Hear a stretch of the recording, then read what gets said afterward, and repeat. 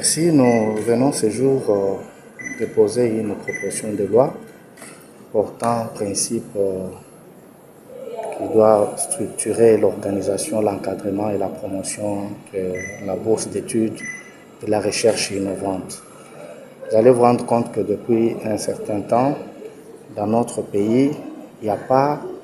un texte qui organise la bourse et qui structure la recherche innovante. Nous avons voulu qu'au travers de ces textes, nous puissions trouver des réponses au travers cet outil nécessaire dans la société scientifique congolaise qui permettra aujourd'hui que la bourse soit un outil non discriminatoire qui partirait non seulement,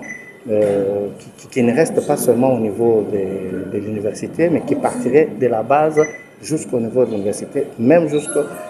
niveau après l'université, comme comme on évoque la bourse post-universitaire.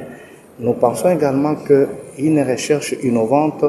permettra également d'insuffler une donne nouvelle dans le cadre de la recherche dans notre pays pour faire en sorte qu'à un moment donné, les chercheurs vivent de sa recherche.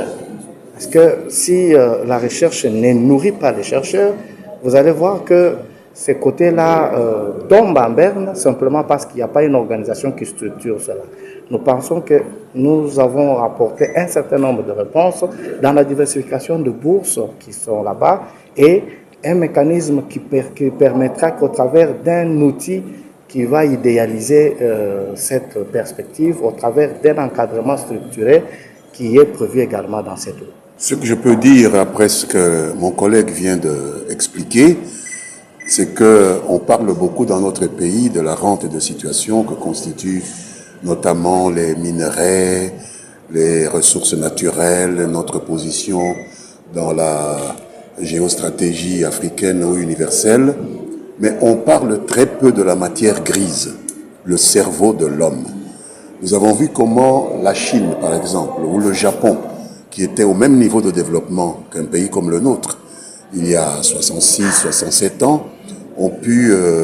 s'élever grâce au cerveau de leurs hommes et de leurs femmes pour tutoyer aujourd'hui l'émergence et le développement. Donc, à travers cette proposition de loi, les collègues Joly, le collègue Tombe Olivier et moi-même, nous avons décidé de faire prendre en charge par l'État la structuration et l'amélioration de la production nationale au niveau de la matière grise. Que les Congolais qui ont des idées pour inventer, pour créer, pour innover, soient pris en charge autant que possible par l'État congolais. Parce que c'est l'État congolais qui va bénéficier en fin de compte des ressources qu'ils vont pouvoir mettre à la disposition du monde entier. Donc nous avons estimé qu'on ne pouvait pas laisser ce domaine non organisé. Il était important que nous puissions, par ce texte de loi, encadrer l'intelligence congolaise, l'intelligence nationale pour résoudre les problèmes qui sont les nôtres, qui ne peuvent pas être laissés uniquement à la discrétion des autres.